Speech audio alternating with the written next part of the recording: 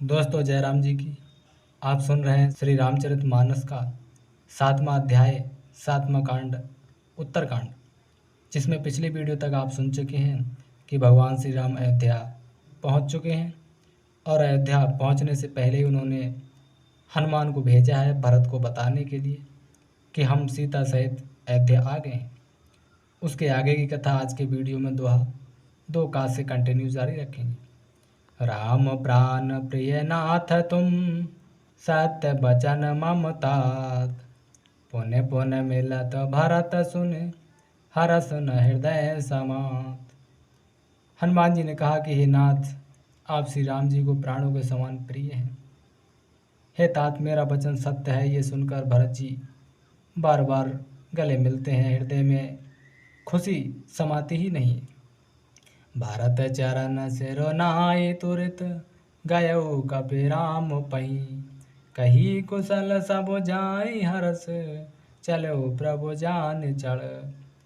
फिर भरत जी के चरणों में सिर नवाकर हनुमान जी तुरंत ही श्री राम जी के पास लौट गए और जाकर उन्होंने सब उनकी कुशल पूछी। तब प्रभु हर्षित होकर विमान पर चढ़कर अयोध्या की तरफ आगे बढ़े। हरस भरत कौशलपुर आए, समाचार सब गुरहि सुनाए, पुण्य मंदिर मह बात जनाई, आवत नगर कुशल रघुराई। इधर भरत जी भी हर्षित होकर अयोध्यापुरी में आए और उन्होंने गुरु जी को सब समाचार सुनाया। फिर राजमहल में खबर जनाई कि श्री रघुनाथ जी कुशल पूर्वक नगर को पधार रहे हैं। सुनत सकल जननी उठ धाई, कही प्रभु कुशल भरत समुझाई, समाचार पुरबासिन पाए, नर अरु नारी हरस सब धाये।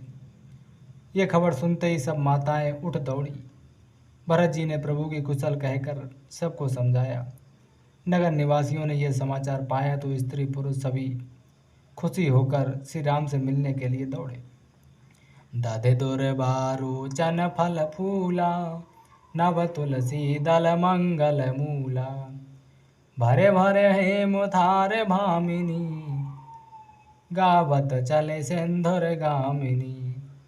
श्री राम जी के स्वागत के लिए दही दूब गोरोचन फल फूल और मंगल के मूल नवीन तुलसी दल आदि वस्तुएं सोने के थालों में भर भर कर हथनी की सी चाल वाली सौभाग्यवती स्त्रियां उन्हें लेकर गाती हुई चली।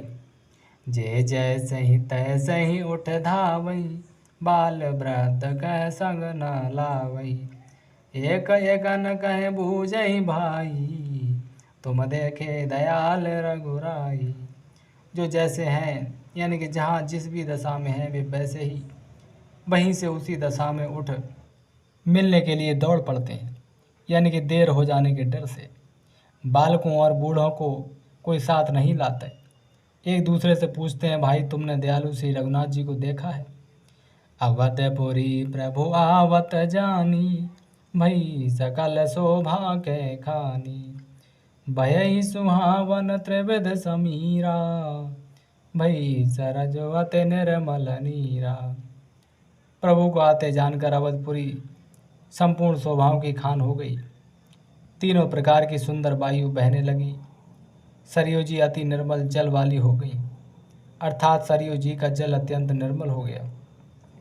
हर्षित गुर पर जन अनुज, भोसुर वृंद समेत, चले भरत मन प्रेम अते, सन्मुख कृपा निकेत।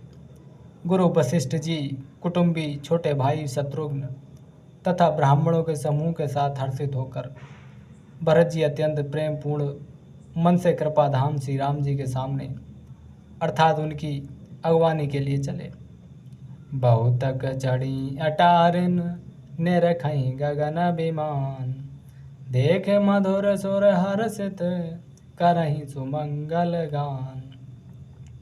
बहुत सी स्त्रियां अटारियों पर चढ़ी आकाश में विमान देख रही हैं और उसे देखकर हर्षित होकर मीठे स्वर से सुंदर मंगल गीत गा रही हैं।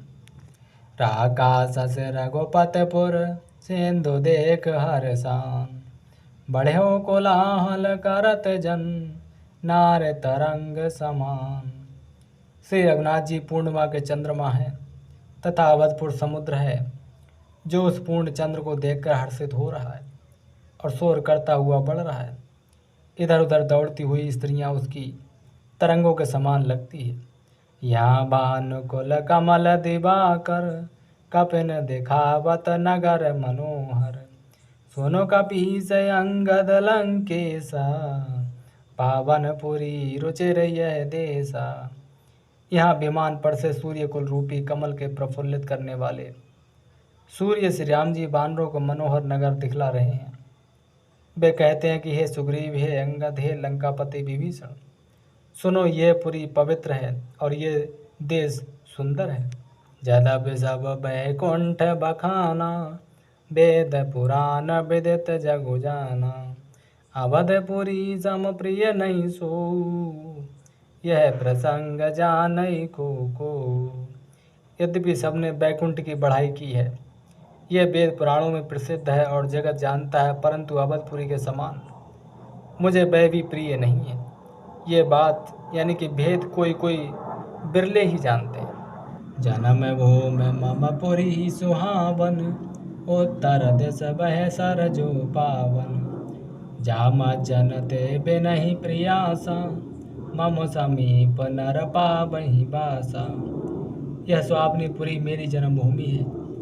इसके उत्तर दिशा में जीवों को पवित्र करने वाली सरयू नदी बहती है, जिसमें स्नान करने से मनुष्य बिना ही परिश्रम मेरे समीप निवास यानी कि समीप मुक्ति पा जाते हैं। अत प्रिय मोहे यहाँ के वासी मम धाम दापुरी सुख राशि हर से सब कपि सुन प्रभु बानी धन्य अवध जो राम बखानी। यहाँ के निवासी मुझे बहुत ही प्रिय हैं।